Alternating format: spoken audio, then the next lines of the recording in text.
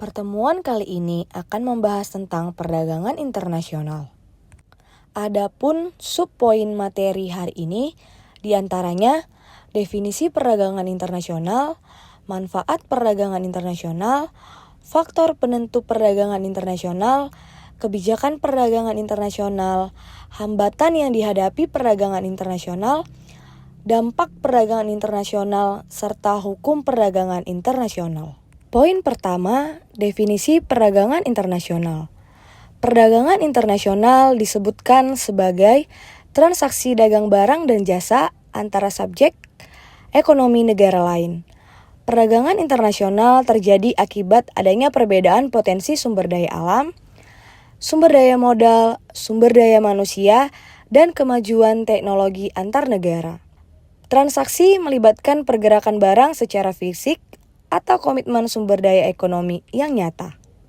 Adapun manfaat perdagangan internasional diantaranya yang pertama memperoleh keuntungan bersama. Kedua, penggunaan sumber daya lokal dan penerimaan sumber daya yang langka.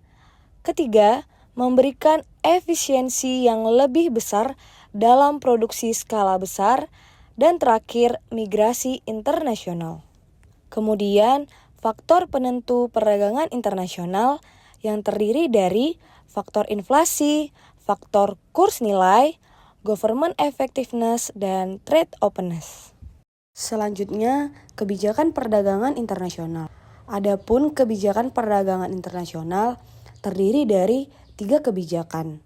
Yang pertama yaitu proteksi. Proteksi sendiri mencakup larangan impor, tarif impor, kuota, subsidi, dan premi. Kebijakan kedua yaitu perdagangan bebas.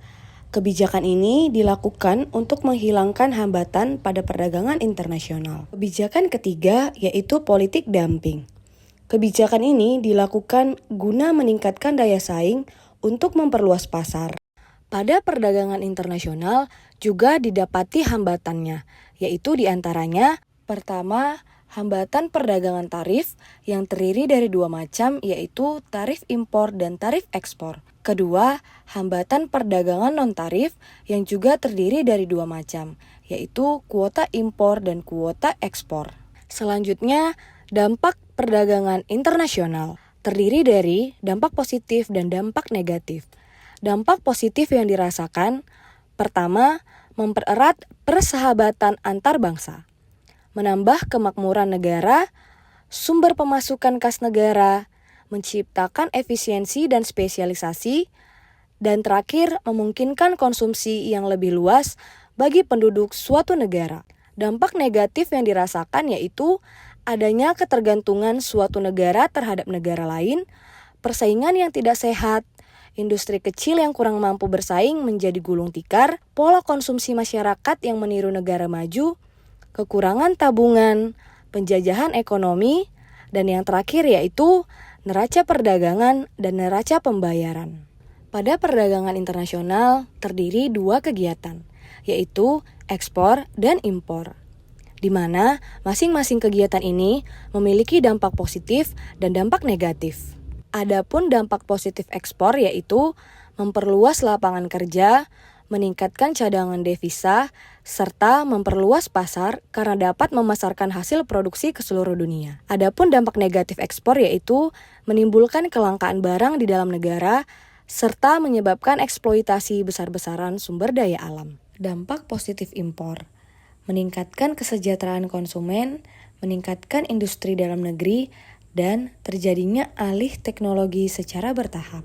Dampak negatif impor diantaranya menciptakan pesaing bagi industri dalam negeri, menciptakan pengangguran, dan konsumerisme. Selanjutnya, perdagangan internasional juga memiliki hukum yang mengaturnya, yaitu pertama, perjanjian internasional, hukum kebiasaan internasional, hukum nasional, prinsip hukum umum, kontrak, serta putusan badan pengadilan dan doktrin.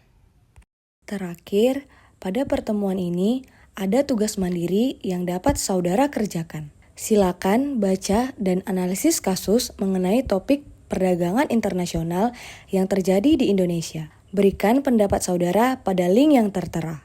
Sampai bertemu di topik selanjutnya. Terima kasih.